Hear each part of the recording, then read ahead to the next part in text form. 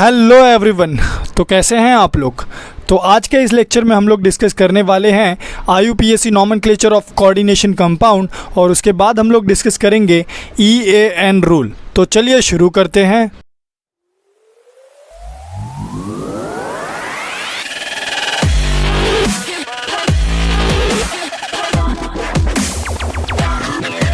So IUPAC nomenclature of coordination compound, सबसे पहले हम लोग नॉमेनक्लेचर पढ़ लेते हैं।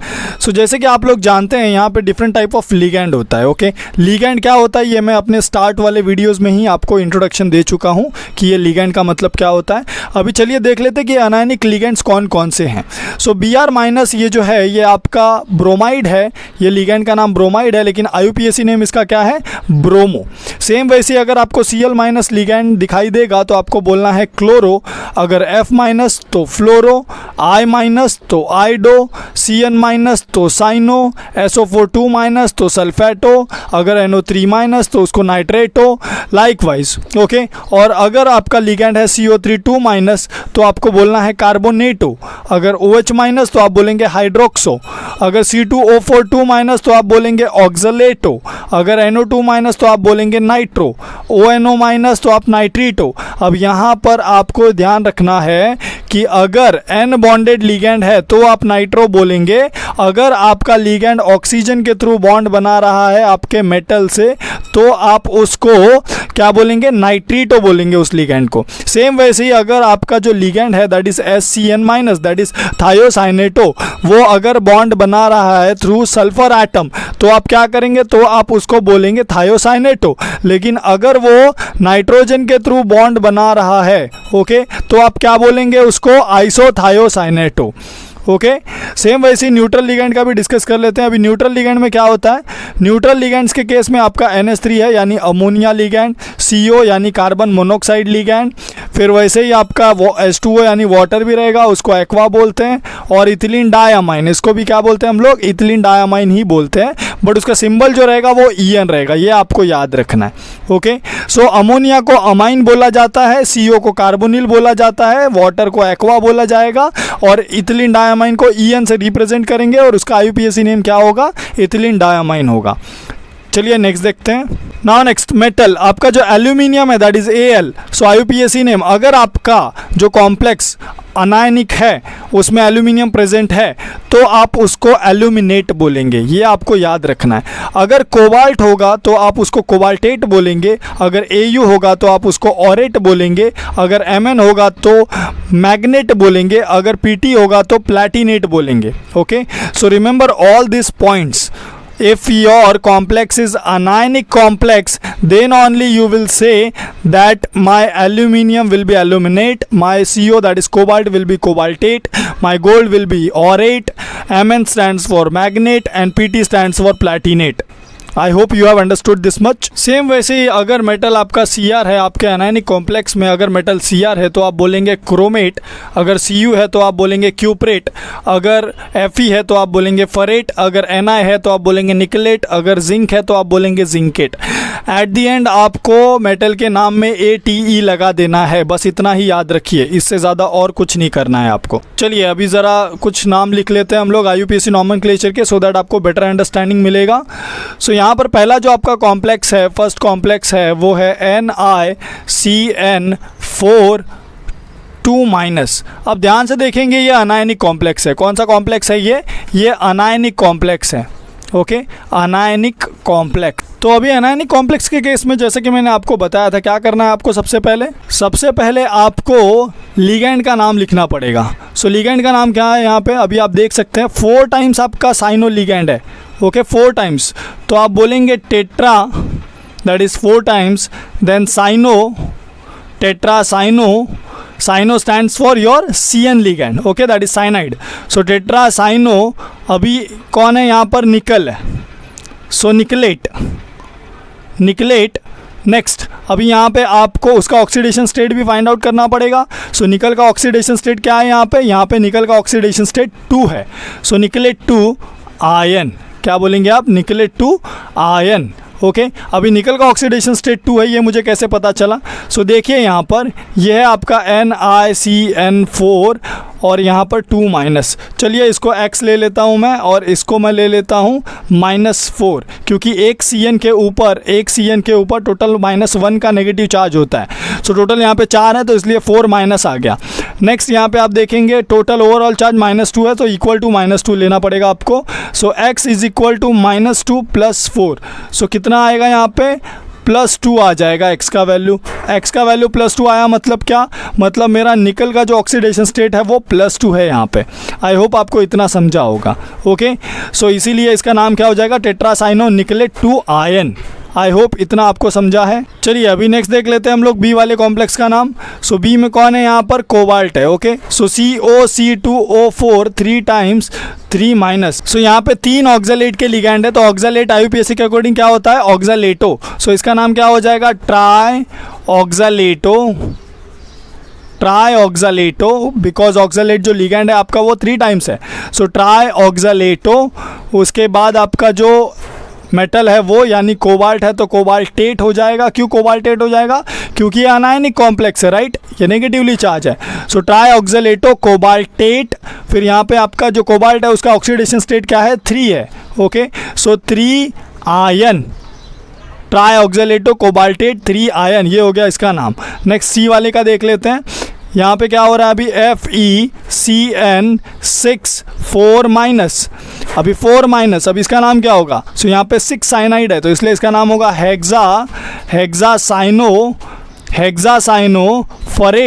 हेक्सासाइनोफरेट। अभी यहाँ पे इसका ऑक्सीडेशन स्टेट क्या है, 2 है।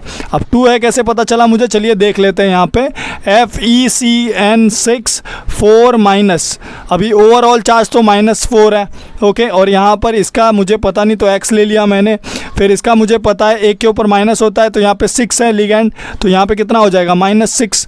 तो x will be equal to what, -4 + 6 which will be equal to +2। So इसीलिए मैंने यहाँ पे क्या लिखा है, रोमन में 2 लिखा है। समझा आपको, इसीलिए मैंने यहाँ पे 2 लिखा है ना। ओके, चलिए नेक्स्ट देखते हैं। अभी अनायनिक कॉम्प्लेक्स के बाद होता है हमारा compound containing complex anions and metal cations. Okay, मतलब यहाँ पर क्या होगा, कॉम्प्लेक्स में अनायंस भी होंगे और मेटल के कटायंस भी होंगे। अभी इनका कैसे हम लोग IUPAC लिखेंगे। सो सबसे पहले फर्स्ट वाले का देख लेते हैं हम लोग। सो Na3 है, फिर CO यानी कोबाल्ट मेटल है आपका, NO2 है और 6 टाइम्स है। अभी यहाँ पे NO2 दिया है मतलब N के थ्रू बॉन्डिंग हो रहा है मेटल से। ओके, सो यहाँ पे इसका नाम क्या होगा, तो सबसे पहले आपको पॉजिटिव, जो भी यहाँ पे पॉजिटिव है उसका नाम लिखना पड़ेगा। अब आपको क्या लगता है यहाँ पे पॉजिटिव कौन है, सो ये पार्ट आपका पॉजिटिव है, समझ रहे हैं आपको, 3Na+ होगा।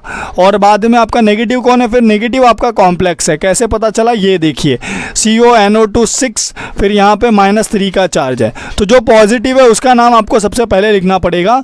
तो यहाँ पे क्या लिखना पड़ेगा आपको, सोडियम लिखने के बाद अब नेगेटिव वाले का नाम लिखिए आप, सोडियम हेक्सासाइनो नहीं, यहाँ पे NO2 है यानी नाइट्रो। सो हेक्सानाइट्रो, सोडियम हेक्सानाइट्रो, देन कोबाल्टेट। फिर यहाँ पे उसका ऑक्सीडेशन स्टेट क्या है कोबाल्ट का, ऑब्वियसली 3। सो कोबाल्टेट 3, बस इतना ही लिखना है आपको। ओके, आयन नहीं लिखेंगे। आयन क्यों नहीं लिखेंगे, क्योंकि ओवरऑल जो आपका कॉम्प्लेक्स है, वो 0 है, उसके ऊपर चार्ज 0 है, न्यूट्रलाइज है वो कॉम्प्लेक्स। तो इसलिए यहाँ पे हम लोग आयन नहीं लिखेंगे। लेकिन अगर आप पिछला वाला एग्जाम्पल देखोगे तो इसमें इसके ऊपर नेगेटिवली चार्ज था, वो न्यूट्रलाइज नहीं था। यहाँ पे ऐसे कोई Na3 वगैरह नहीं लिखा था, तो इसका मतलब क्या है कि ये न्यूट्रलाइज नहीं था, इसीलिए हम लोग उसको आयन लिख रहे थे। ओके, बट यहाँ पे केस ऐसा है क्या, नहीं, ये न्यूट्रलाइज है। अगर आप देखोगे इस कॉम्प्लेक्स को तो ये न्यूट्रलाइज्ड है। ओके, सो इसीलिए यहाँ पे हम लोग आयन नहीं लिख सकते। सो इसलिए इसका नाम क्या होगा, सोडियम हेक्सानाइट्रो कोबाल्टेट 3। नेक्स्ट अभी सेकंड वाले का देख लेते हैं, नाम क्या होगा।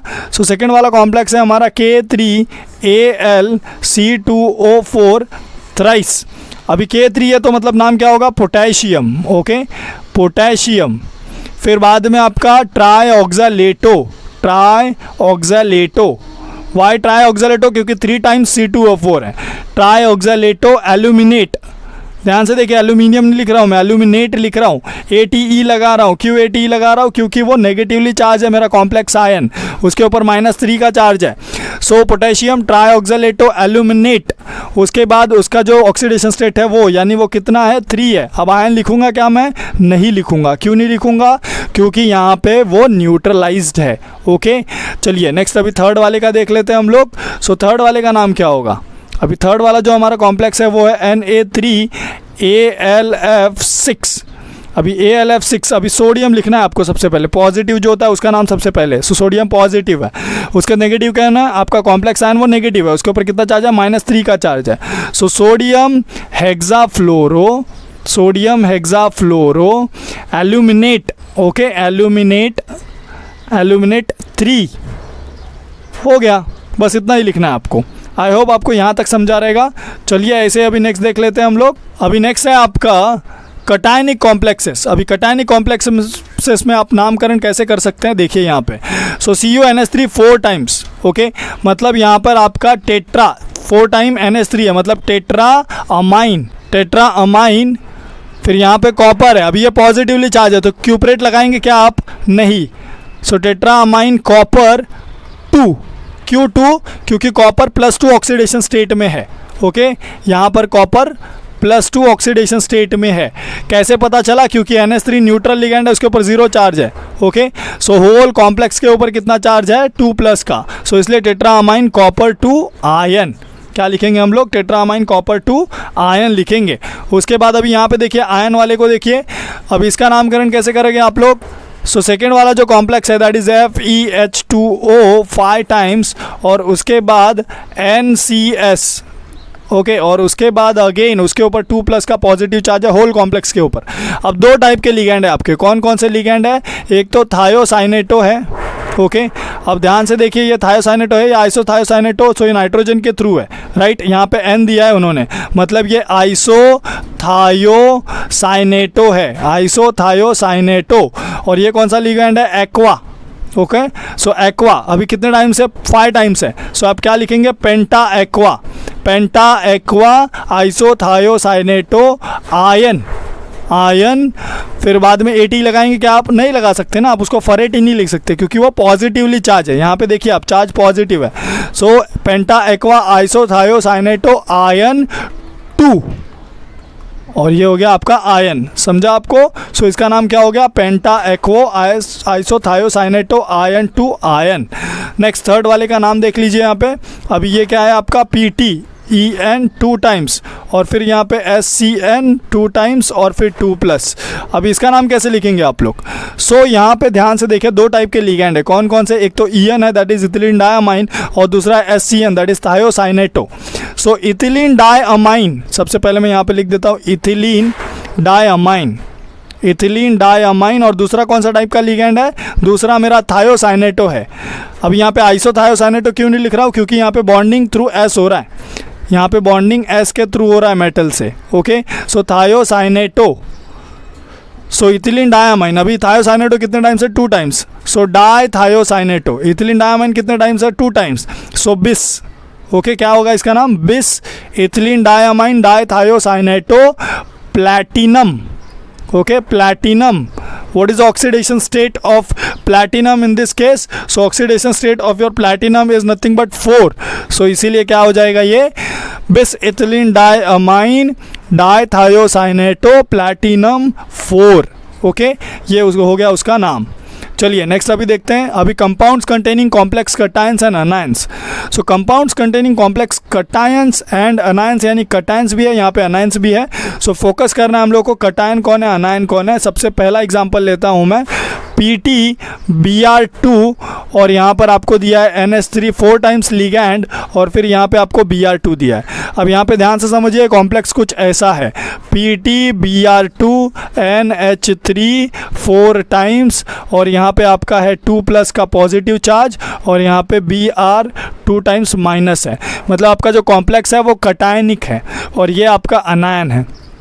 सबसे पहले क्या करना रहता है हमको, कटायन यानी पॉजिटिवली चार्ज स्पीशीज का नाम पहले लिखना पड़ता है। सो यहाँ पे क्या करेंगे हम लोग, सबसे पहले लिखेंगे टेट्रा एक्वा टेट्रा एक्वा लिखने के बाद हम लोग लिखेंगे die bromo, okay, die bromo, और फिर यहाँ पे आपका प्लैटिनम।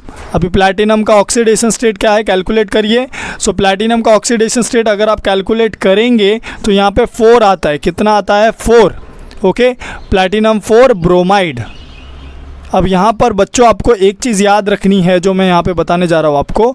अगर आपका Br2 ऐसा दिया हुआ है, ओके, आपका कॉम्प्लेक्स कटायनिक है, आपका कॉम्प्लेक्स जो है वो कटायनिक है, और आपको Br2 बाहर लिख के दिया तो आप ब्रोमाइड लिखेंगे। अगर Cl2 लिखा रहेगा वहाँ पे तो क्लोराइड लिखेंगे। अगर वहाँ पे I2 लिखा रहेगा तो आपको आयोडाइड लिखना पड़ेगा, ओके। अब यहाँ पर मैं आपको बताता हूँ कि ऑक्सीडेशन स्टेट प्लैटिनम का 4 क्यों है।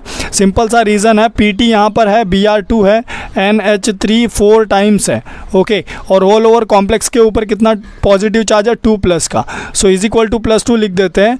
इसको मैं x ले लेता हूँ और इसके ऊपर एक के ऊपर नेगेटिव होता है, यहाँ पे 2 टाइम्स है, सो -2 का चार्ज है, इसके ऊपर 0 होता है तो इसलिए 0 हो गया। So x is equal to +2 total हो गया +4। सो आप देख सकते हैं इसीलिए प्लैटिनम जो है वो 4 ऑक्सीडेशन स्टेट में है, ओके, +4 के ऑक्सीडेशन स्टेट में है। फिर आप दूसरा क्वेश्चन पूछोगे कि सर यहाँ पर टेट्रा आपने लिखा है, फिर यहाँ पर एक्वा पहले क्यों लिख दिया, ब्रोमो को बाद में क्यों लिखा? क्योंकि हम लोग अल्फ़ाबेटिकल ऑर्डर फॉलो कर रहे हैं। अल्फ़ाबेटिकल ऑर्डर में ए पहले आता है एज़ कम्पेयर टू बी, इसीलिए हम लोगों ने अल्फ़ाबेटिकल ऑर्डर यहाँ पे कंसिडर किया है। इसलिए आपका एक्वा यानी वाटर पहले आता है ligand as compare to Br के। दूसरा कंसेप्ट क्या है कि ये जो आपका टेट्रा है और ये जो आपका डाई है, ये हम लोग कंसिडर नहीं करते हैं while writing the name in alphabetical format, okay. Alphabetical order में लिखते समय आपको ये टेट्रा डाई ये सब फॉलो नहीं करना है, आपको लिगेंड के नाम के ऊपर फोकस करना है। सो इसीलिए हम लोगों ने उसका नाम ऐसा लिखा है। चलिए अभी नेक्स्ट लिगेंड का देख लेते हैं, उसका नाम क्या होगा। अभी जो आपका सेकेंड वाला लिगेंड है, सॉरी सेकेंड वाला जो आपका कॉम्प्लेक्स है उसका नाम है CONH3 5 टाइम्स CO3Cl। इसका नाम क्या होगा? फॉर्मूला तो ये है। अब अगेन आप देखेंगे तो ये कुछ ऐसा है, CONH3 5 टाइम्स CO3, इसके ऊपर एक नेगेटिव का चार्ज है प्लस Cl-। अभी ये नेगेटिव है मतलब ये पॉजिटिव रहेगा, ओके, तो कंफ्यूज नहीं होना है। सो यहाँ पे अगर आप ध्यान से देखेंगे तो आपका 2 टाइप का लिगेंड है। एक तो आपका कार्बोनेटो लिगेंड है, दैट इज CO3 वाला लिगेंड है, और दूसरा आपका NH3 लिगेंड है। अब NH3 और CO3 में ध्यान से देखिए सबसे पहले कौन आता है? आपका अमाइन का A पहले आता है या फिर आपका CO3 यानी कार्बोनेटो का पहले C आता है? सो आप ध्यान से देखेंगे तो अमाइन का जो A है वो पहले आता है, इसीलिए हम लोग क्या लिखेंगे? इसीलिए हम लोग इसका नाम लिखेंगे पेंटा अमाइन कार्बोनेटो कोबाल्ट 3 क्लोराइड।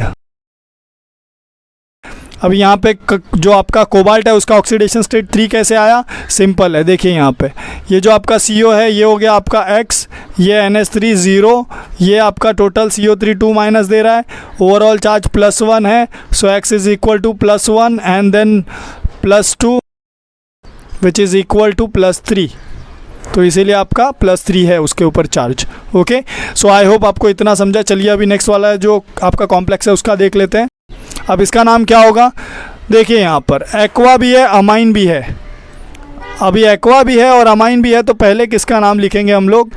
सो एक्वा और अमाइन में आपका देख सकते हैं आप Q यहाँ पे आता है और यहाँ पे M आता है, मतलब अमाइन पहले आएगा। सो इसका नाम होगा penta amine aqua cobalt, oxidation state is 3 iodide, ये इसका नाम होगा, ओके। आई होप आपको इतना समझा है। चलिए नेक्स्ट देख लेते हैं। अभी नेक्स्ट और लास्ट है हमारा IUPAC नॉमेनक्लेचर में न्यूट्रल कॉम्प्लेक्सेस। अभी न्यूट्रल कॉम्प्लेक्सेस में ध्यान से देखिए, आपका कॉम्प्लेक्स है कुछ CONO2 3 टाइम्स NH3 3 टाइम्स, कुछ ऐसा दिया है, तो इसका नाम कैसे लिखेंगे आप लोग? इसका नाम लिखने के लिए सिंपल सा कंसेप्ट है, ये 0 है यानी न्यूट्रल है। सो सबसे पहले लिगेंड को देखिए, यहाँ पे नाइट्रो है और यहाँ पे आपका NH3 है, ओके, यानी अमाइन है। सो ट्राई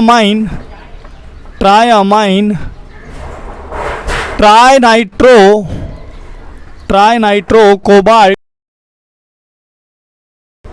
बस इतना ही लिखना है आपको, और क्या लिखना है यहाँ पे, ट्राइअमाइन, ट्राइनाइट्रो कोबाल्ट, और उसके बाद आपका जो भी उसका ऑक्सीडेशन स्टेट है मेटल का वो, यानी 3।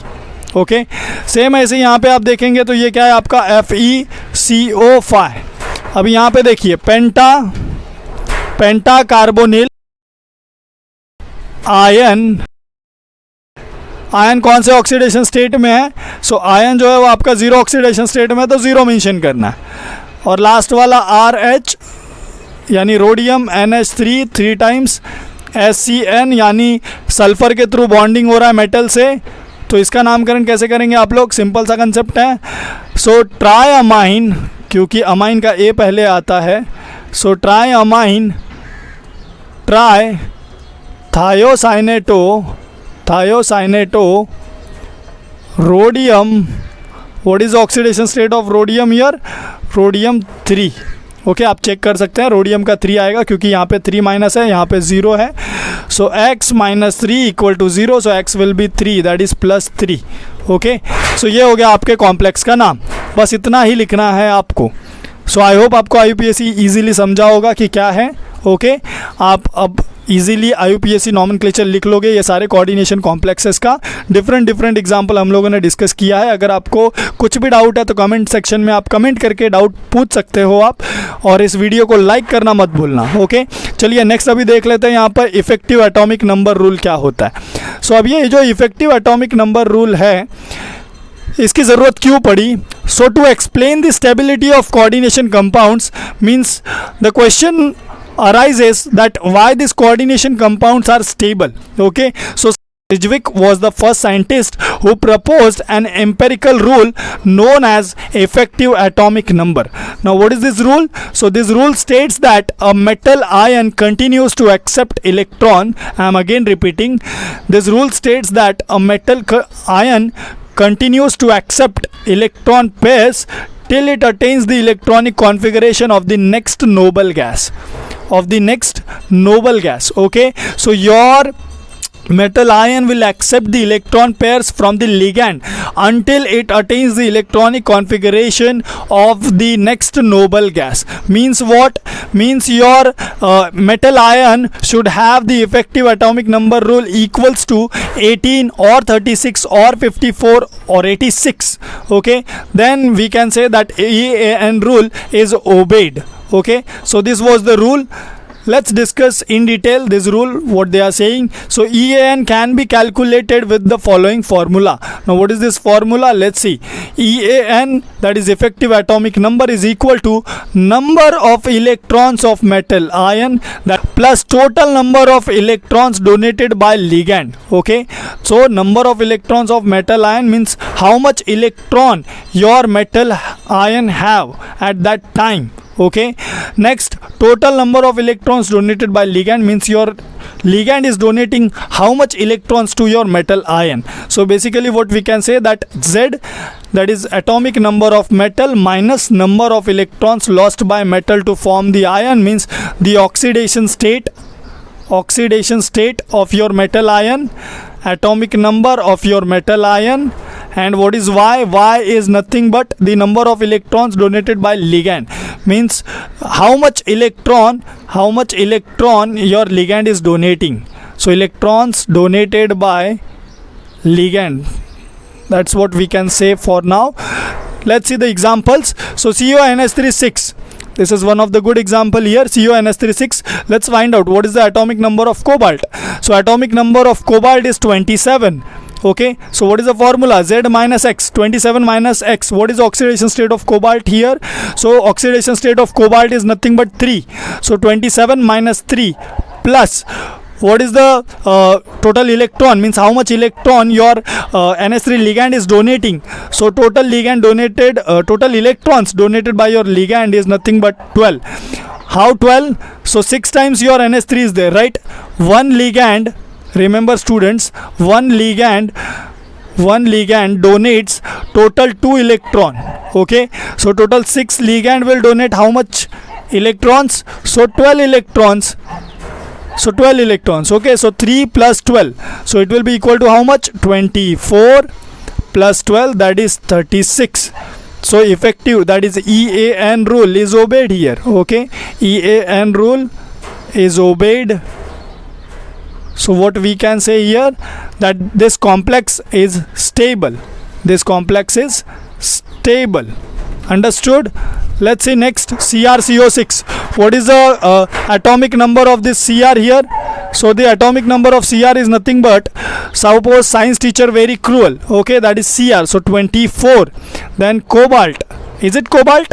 No, it's carbonyl ligand. Okay, so carbonyl ligand is donating how much electron? So carbonyl ligand is donating total 12 electrons. So 24 minus, what is the oxidation state of Cr here? 0 plus 12. So it will be equal to how much? 6, 36. So again 36 means what? 36 means krypton's stability, means this complex is stable. Why stable? Because EAN rule is obeyed. Okay, so that's what we can say here. Now next, FeCN64 minus. So in this case also the atomic number of iron is nothing but 26 minus, what is the oxidation state of iron? So let's see, X minus 6 equal to minus 4. Okay, this is minus 4, this ligand minus 6, so it will be equal to X equal to minus 4 plus 6, that is equal to plus 2. So oxidation state of your iron is 2 plus how much electron your ligand is donating, that is nothing but 12. So it will be equal to 24 plus 12, that is 36. Again EAN rule is obeyed. EAN rule is obeyed. So means what? Means your complex is stable. Remember, means your complex is stable. Okay, so I hope you have understood this concept. If you have any doubt, you can ask me. Just comment in the comment section, like my video, and thank you so much, and don't forget to subscribe.